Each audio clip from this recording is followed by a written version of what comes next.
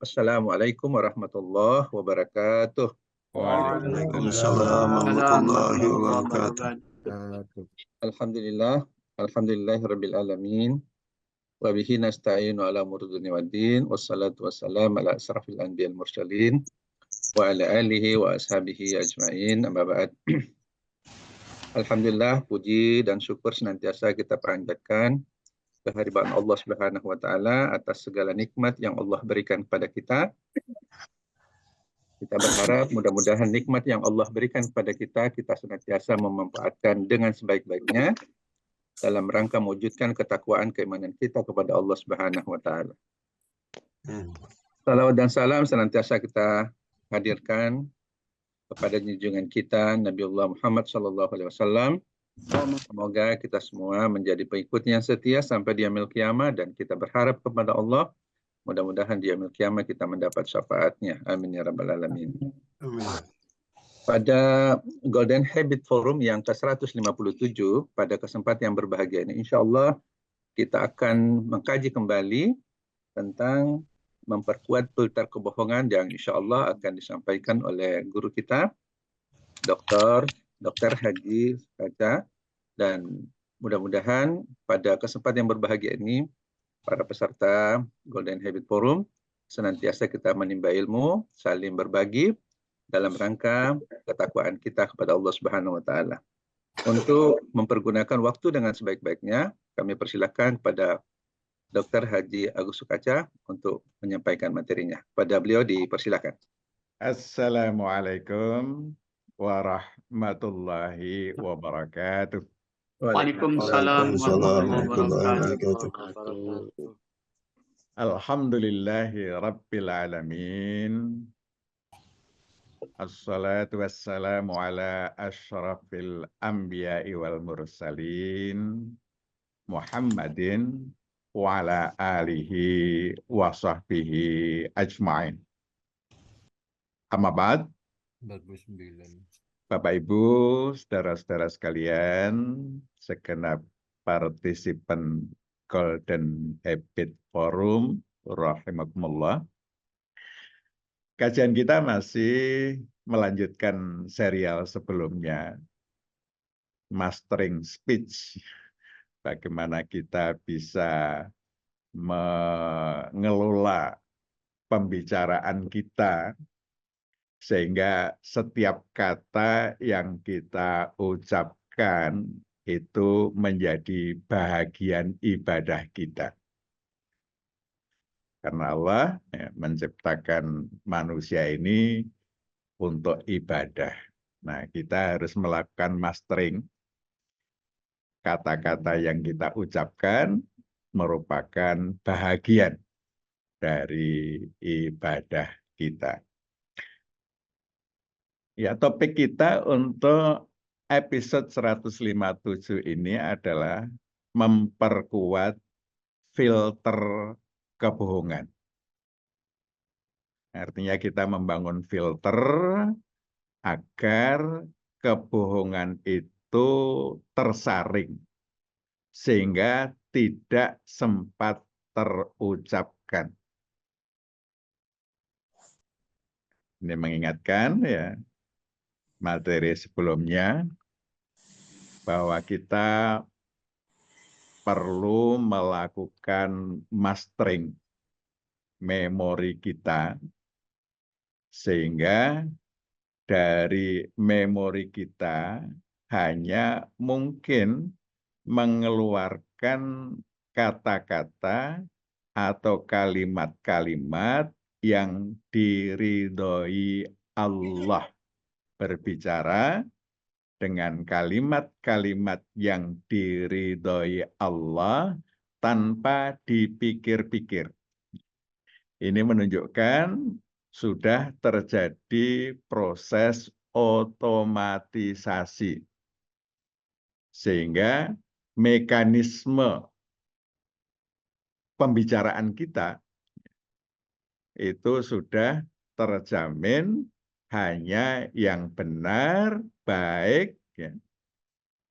Dan yang bohong itu kita tahan supaya tidak sampai terucap.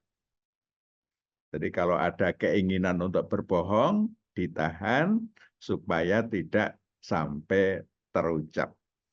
Karena ini menjadi bagian indikator seorang mukmin. Sebagaimana disabdakan oleh Nabi kita, mangkana yu'minu billahi wal yaumil akhir fal yaqul khairan au liyasmut. Orang yang beriman kepada Allah dan hari akhir itu pilihan. Bicaranya itu hanya dua. Khairan, ya, jadi kalau sampai keluar di mulut itu harus khairan, harus baik. Kalau ada keinginan untuk yang tidak baik, maka kewajibannya adalah mengunci, menutup mulutnya. Sehingga keinginan untuk berkata-kata yang tidak baik tadi tidak sempat terucap. Nah, topik kita kali ini, ya, bagaimana kita bisa menghindari, menjaga kata-kata bohong itu tidak sampai terucap. Nah, sebelumnya kita mesti menanamkan keyakinan-keyakinan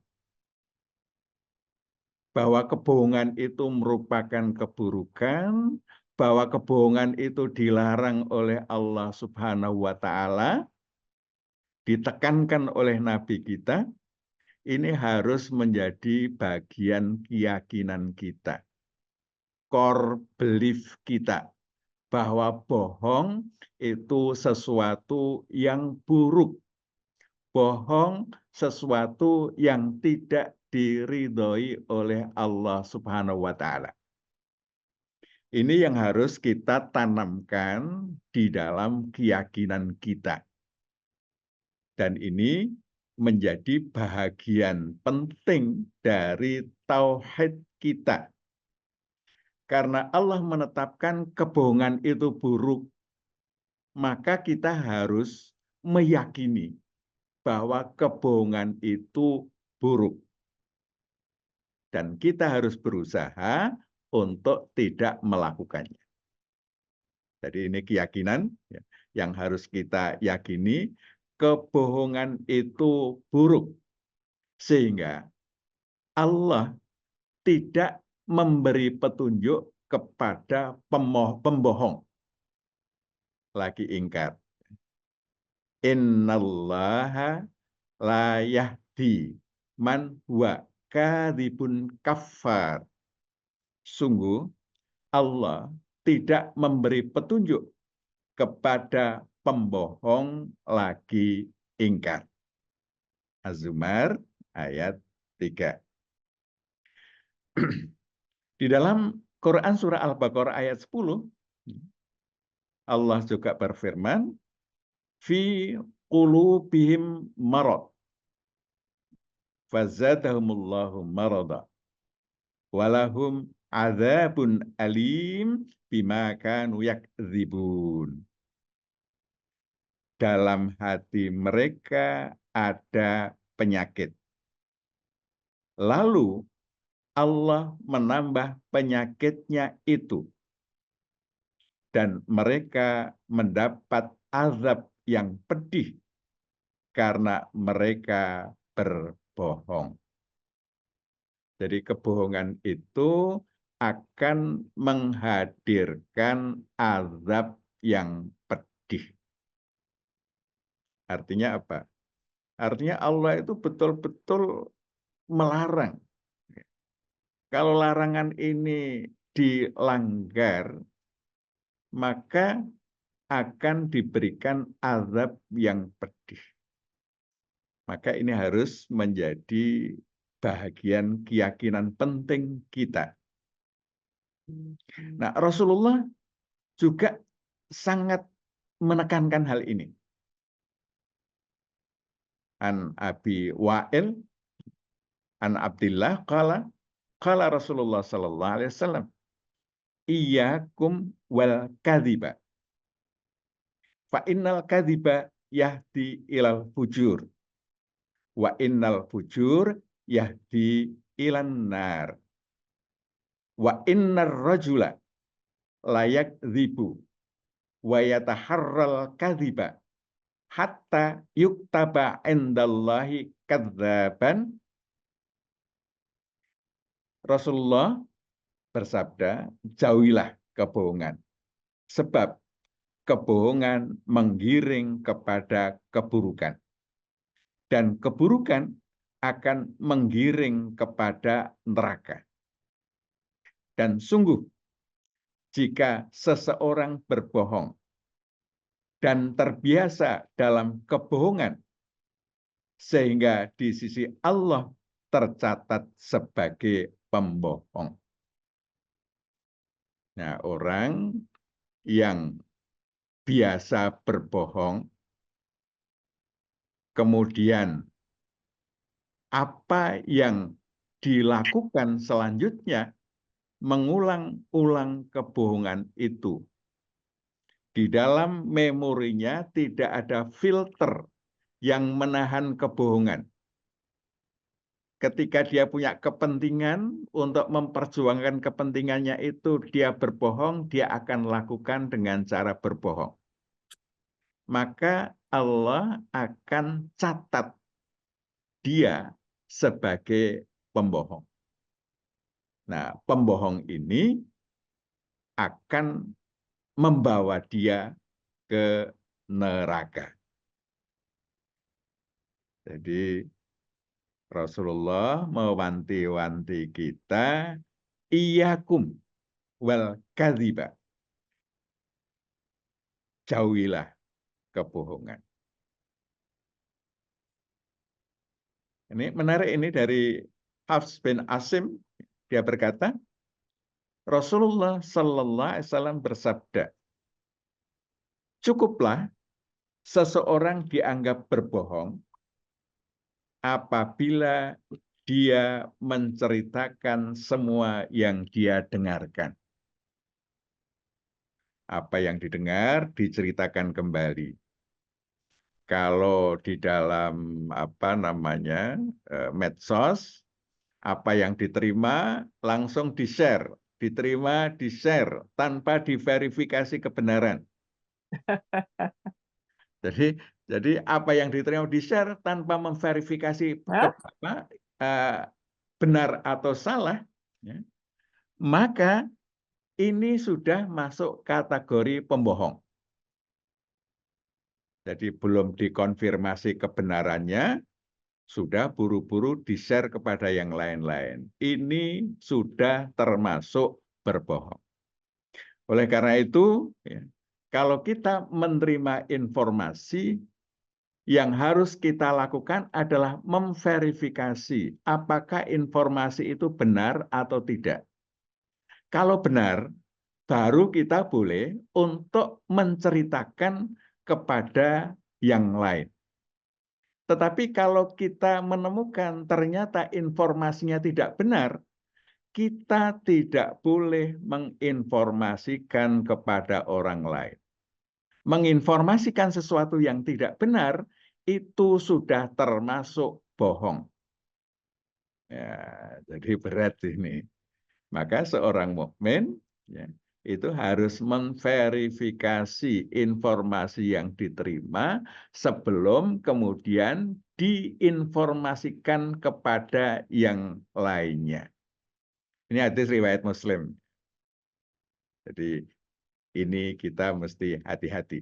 Ya. Jangan sampai kita termasuk berbohong.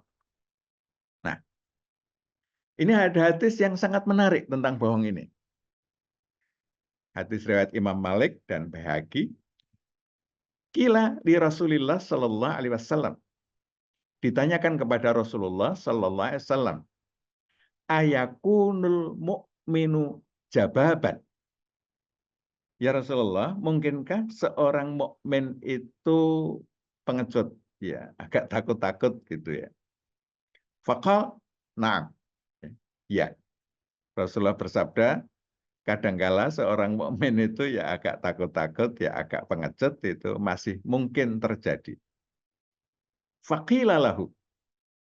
Ditanyakan kembali. Ayakunul mu'minu bakhilan.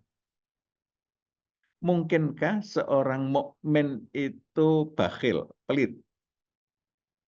Kata Rasulullah, ya mungkin masih ada kemungkinan. Seorang mukmin ya agak pelit. Faqila lahu. Ditanyakan lagi. Ayakunul mu'minu kadzaban.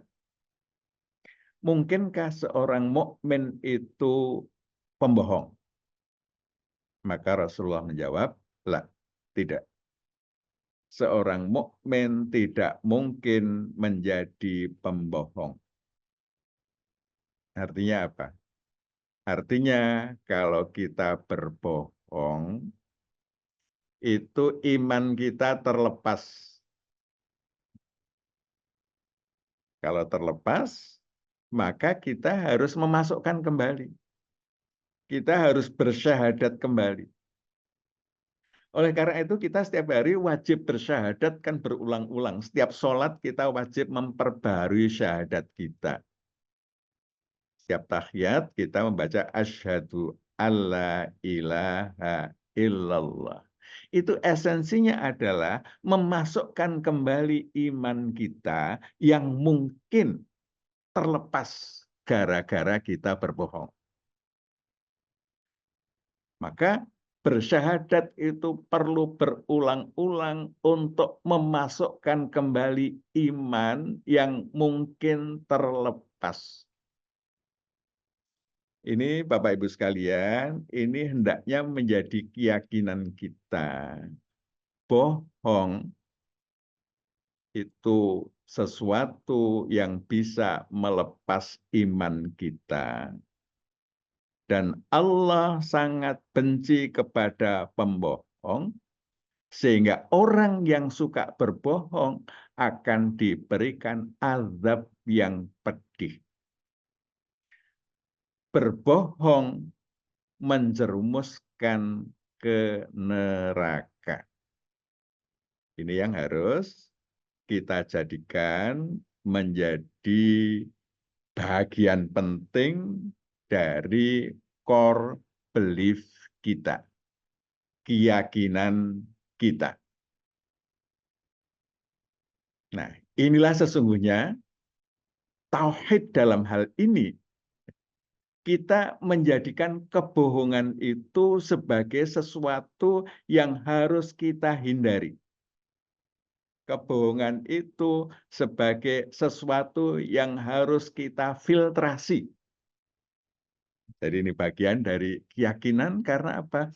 Karena Allah memerintahkan kita untuk tidak berbohong. Nabi kita bahkan menegaskan berbohong itu bisa menghilangkan keimanan karena tidak mungkin seorang mukmin itu berbohong. Nah, keyakinan ini mesti kita tanamkan betul di dalam hati kita bahwa berbohong adalah perbuatan yang sangat buruk dimurkai oleh Allah sehingga kita harus menghindarinya. Nah, selanjutnya keyakinan itu harus kita wujudkan dalam bentuk akhlak menghindari bohong. Mempunyai mekanisme penyaring kebohongan hingga tidak terucapkan.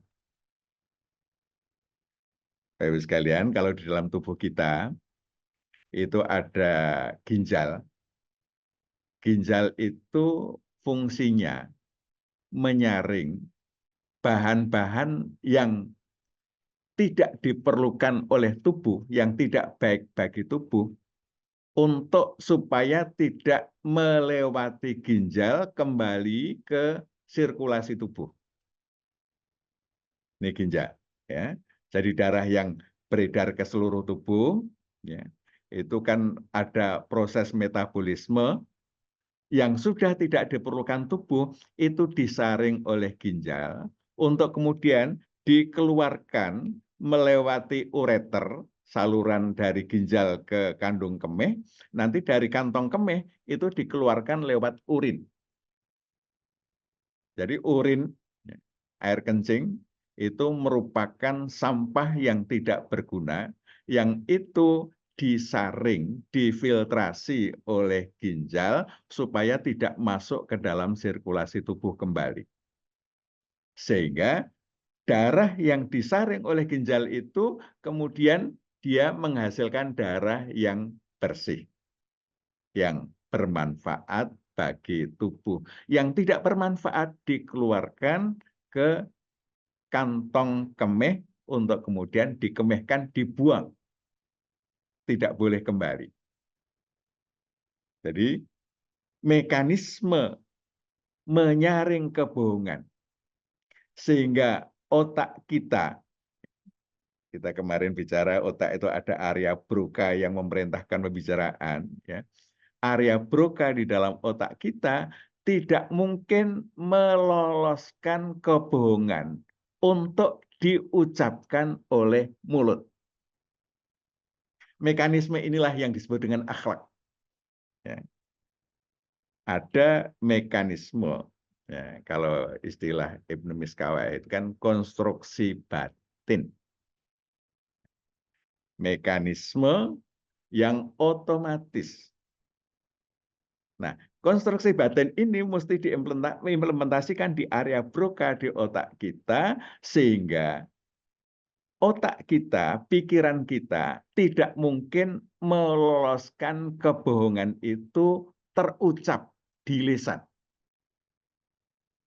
Ini akhlaknya, berangkat dari keyakinan bahwa kebohongan itu merupakan dosa, sesuatu yang dimurkai Allah. Maka orang yang berakhlak mempunyai mekanisme saringan, penyaring. Kebohongan itu tidak mungkin dia ucapkan. Maka orang yang berakhlak baik itu punya mekanisme ini sehingga dia akan menjadi orang yang sidik, orang yang benar. Ucapannya dijamin benar, orang percaya karena dia biasa mengucapkan kebenaran, yang bohong tidak pernah dia ucapkan. Artinya reputasinya dikenal tidak pernah berbohong. Inilah akhlak, ya. Inilah akhlak. Mekanisme, ya, mekanisme di dalam batin kita. Kalau istilah kedokteran itu mekanisme yang ada di area Broca di otak, ya, yang tidak mungkin meloloskan kebohongan, ya, untuk terucap di mulut. Nah, sehingga sekalian yang dia lakukan, ya, ini kan kalau innal abda layatakallamu bil kalimati min sakhatillah layul kilabalan yahwi biha fi jahannam. Seorang hamba yang berbicara dengan kalimat-kalimat yang dimurkai Allah tanpa dipikir-pikir lagi akan menjerumuskan dia ke neraka. Maka orang yang berakhlak baik mampu menyaring kata-kata yang min sakhatillah, yang dimurkai Allah, itu otomatis tersaring, tidak mungkin terucapkan di dalam lesannya. Maka disitulah orang beradab baik. Kata-kata bohong tidak terucap. Ya. Bohong, makian, celaan, ghibah itu tidak bisa diucapkan. Karena ada mekanisme saringan itu. Nah, implementasinya, aktualisasinya, kata-kata itu adalah menjadi adab kita. Berarti kalau yang kita ucapkan baik, adab kita adalah adab berkata yang baik. Sehingga Bapak-Ibu sekalian, ya, tauhid kita itu meyakini larangan Allah bicara bohong itu kita jadikan pedoman. Pedoman ini kita wujudkan di dalam mekanisme filtrasi kebohongan. Inilah akhlak kita, konstruksi batin kita. Kemudian yang terucap tidak ada kata-kata bohong, itulah adab yang menjadi bagian penting dari ibadah kita. Sehingga setiap suara yang keluar dari lisan kita karena merupakan kebaikan, itu adalah bahagian penting dari ibadah kita. Demikian Bapak Ibu, saudara-saudara sekalian, rahimakumullah. Mudah-mudahan bisa diperkaya oleh bapak-bapak yang lain, ada Kiai Mustain, ada Kiai Jumari, ada moderator Pak Syarifuddin, ada Pak Syairi, dan lain-lain, ya, Prof. Partino, ya, Pak Kamaludin, semua bisa memperkaya, sehingga kita bisa melakukan mastering terhadap apa yang kita bicarakan, bohong tidak keluar dari mulut kita. Hadanallah wa iyyakum ajma'in. Nasrun minallah fathun qarib. Assalamualaikum warahmatullahi wabarakatuh.